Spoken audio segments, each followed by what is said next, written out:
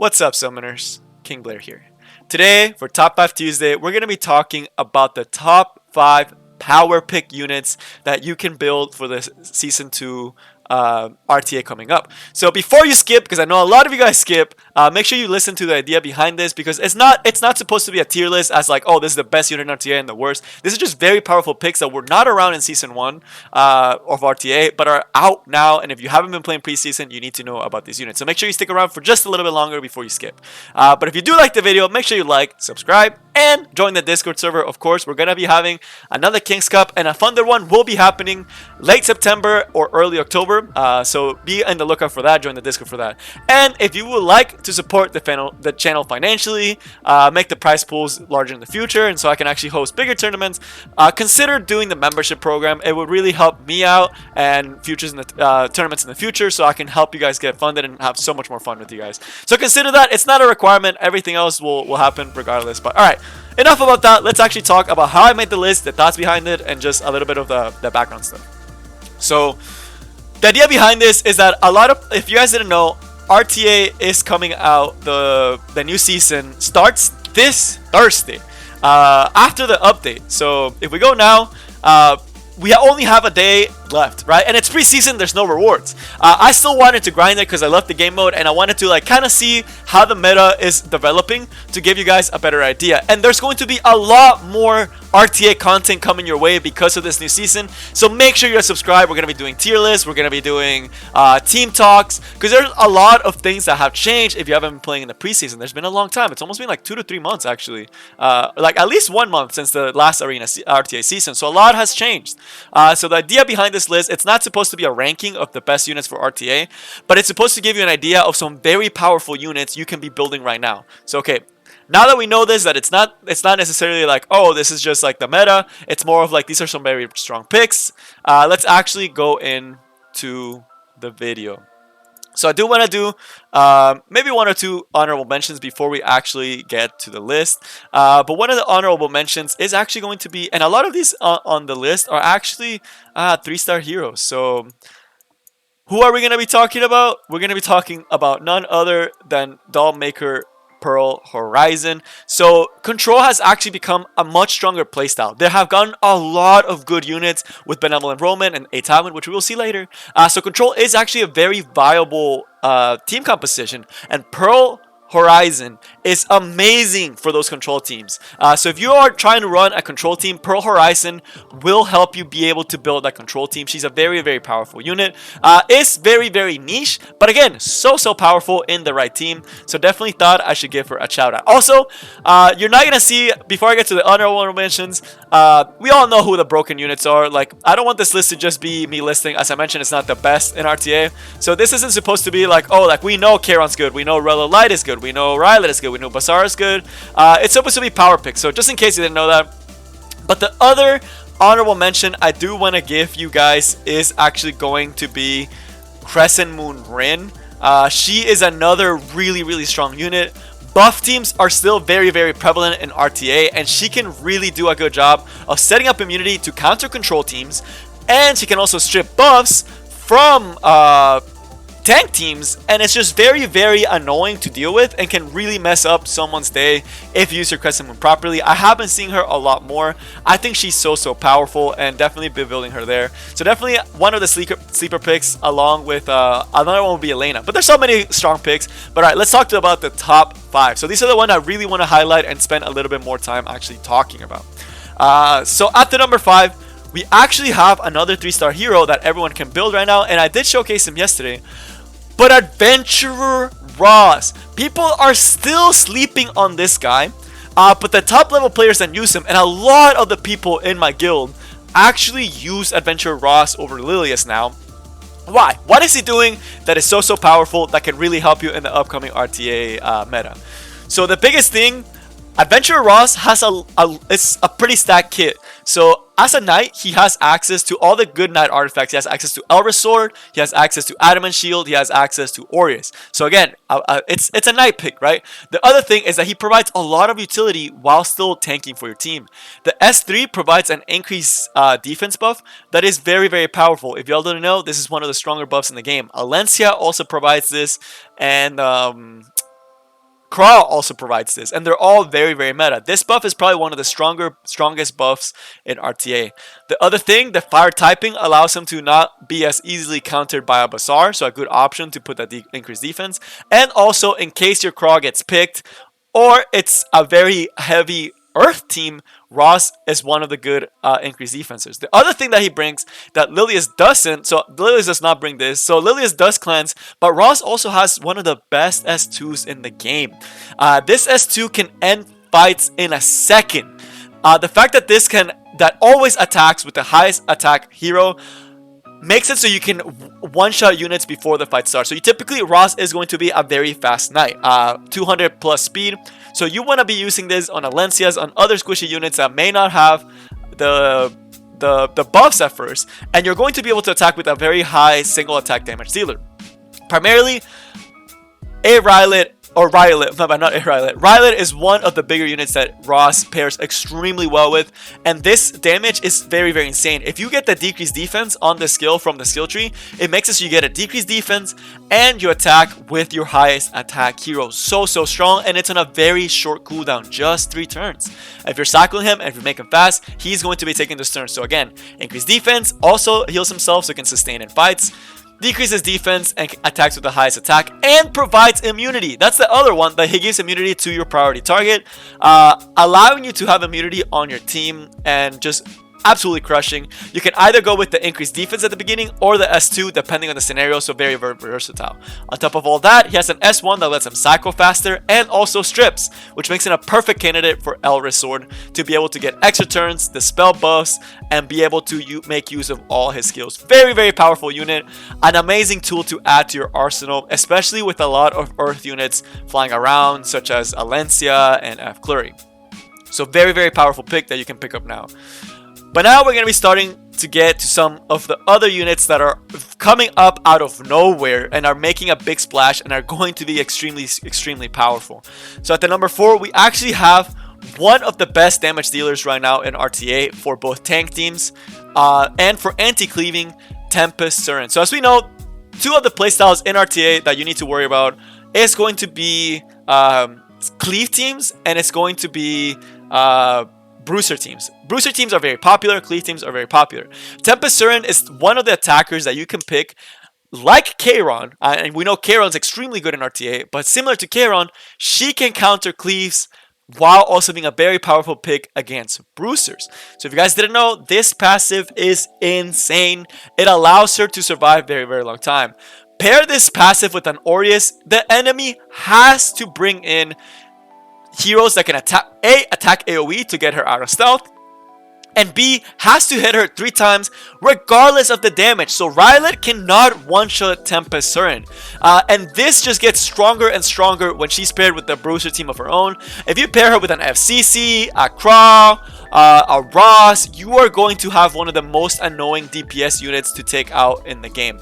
This passive makes it so she can lap, makes it so she can't be locked down, and makes it so she can't be one-shot, so she's going to be staying in the fight.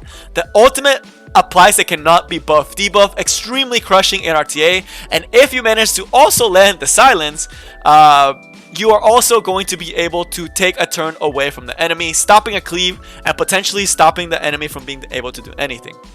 The other thing is the skill 1 also does very, very high damage, and it's just an extremely versatile attack dealer. It's going to be one of the premier attack units in the game for anti-cleaving and for tank team. So if you're running a tank team or trying to anti-cleave, she is going to be key, because with Fallen Cecilia, with an Aureus, you need to hit her 5 times in order to kill her, and that doesn't count the fact that she can have lifesteal set on her, making her an unkillable unit.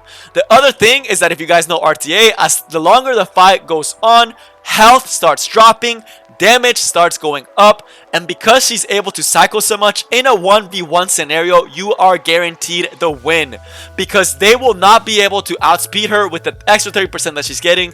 They will not be able to one-shot her, and she's going to be doing some crazy not okay damage as the Havoc stacks up, as the Rage stacks up in the RTA passive. Very, very powerful unit.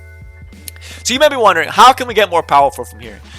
So at the number 3, we actually have the thing that has made control comps be extremely powerful. Control comps were not around in RTA Season 1, but Benevolent Romann has made control comps be a massive threat in Season 2 and in the preseason.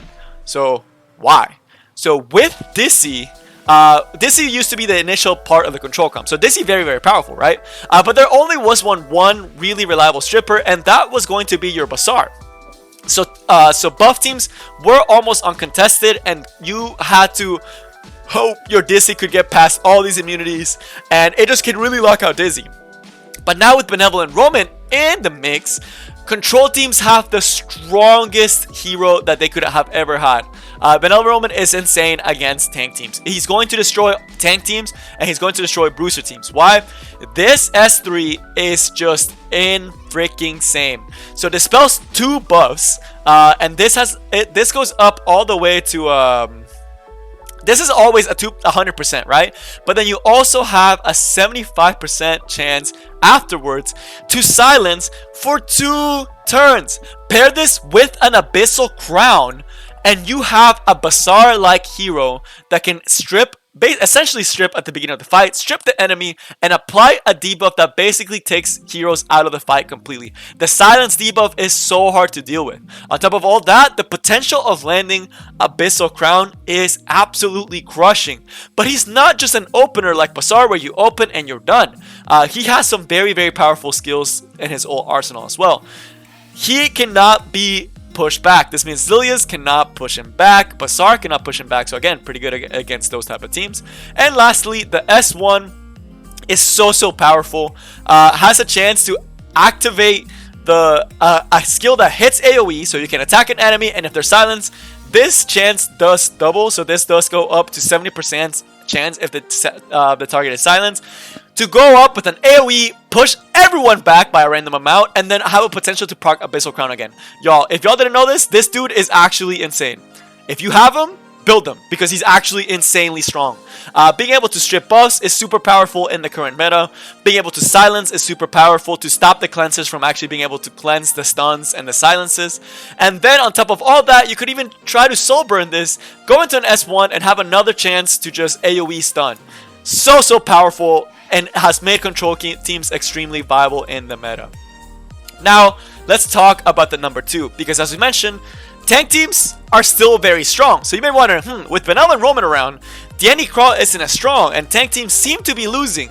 So what is making them be able to lose so much? And that is going to be, or what makes them be able to stay in the meta against all these control teams and these high damage teams. So we're going to be talking about the number 2, and he has made an insane splash and an amazing addition to both control teams and to anti-control teams. So a very highly coveted team, and they're just overall a solid tank unit. Tywin, after his buff, is one of the best units in the game now for RTA. So why? The S3 is in freaking insane. An opportunity, a 75% chance, or an 80% chance, my bad, an 80% chance to AoE stun and decrease speed. If you get this ultimate off and hit the priority cleansers, it's over for them. You automatically win the fight. So if you're using him in a control team, you have a knight that can protect your team, and that is tanky and hard to deal with, that can also stun and decrease speed. So on tank teams, very annoying tank that can crowd control and can stun. But the thing that actually is also making him a lot stronger is the S1. Tywin has become one of the best heroes for just overall versatility. He counters control teams with the S2, since if there's a debuff, he can cleanse the debuff AoE. When he's hit and someone has a debuff, he can cleanse that debuff. Very powerful against Dizzy, against Benevolent Romann, right? And we mentioned Benevolent Romann is very strong. So Ambitious Tywin does counter him. So very powerful there, and then can counter cleave teams because of the skill. If you give him an Elris Sword, this guy has a 75% chance to provoke. You give it an Elris Sword, someone attacks, you counterattack, you provoke, and then you steal souls. This can shut down a Judge Kise. This can make it so they don't get a Sedum soul burnt S3 afterwards if things go the way they're supposed to. So this skill is so annoying. The fact that you can steal souls from your opponent, so powerful. The provoke, just insanely strong. So very versatile hero. You can take him in tank teams. to be annoying, to be able to stun, to be able to decrease speed, as well as provide support for cleansing. You can take him to counter control teams because you're able to constantly cycle out the debuffs that the enemy can put on you with this skill too. And as well, just very, very solid. And then with the S1, again, very strong for tank teams because you're able to control the fight, control bruisers, steal souls from cleave teams. This guy does everything. And on top of all that, his ratios are actually freaking insane. His skills actually do a surprising amount of damage. So he is actually able to take out Squishy. So he actually adds to tank teams. He is more of a bruiser. He can actually bruiser his way out. So if they don't break sustain, they can actually lose to the A Tywin. Just so crushing. Amazing unit. If you have him, build him right away. I use him all the time and he's just so freaking broken. But alright, now for the number 1. We talked about some very versatile characters. But who takes this spot at the number 1? The number 1, there is no team that you don't want to take this unit to because she is just that powerful. And the thing about it is, everyone can build her right now. If you don't have her, you need to be building her, myself included, because I don't have her built. But she's a free-to-play unit that is stomping RTA right now.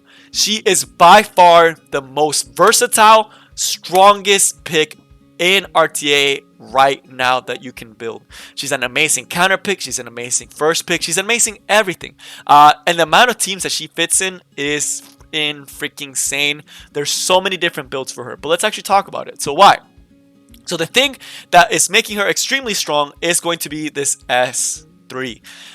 It strips, it puts decreased defense, and it provokes all at 100% chance. And you can also, later in the fight, if the fight is against a tank team, you can also soul burn it at a critical time to get it the guaranteed. So why is this so powerful? So let me give you guys a scenario. So just the S3 already does everything for her.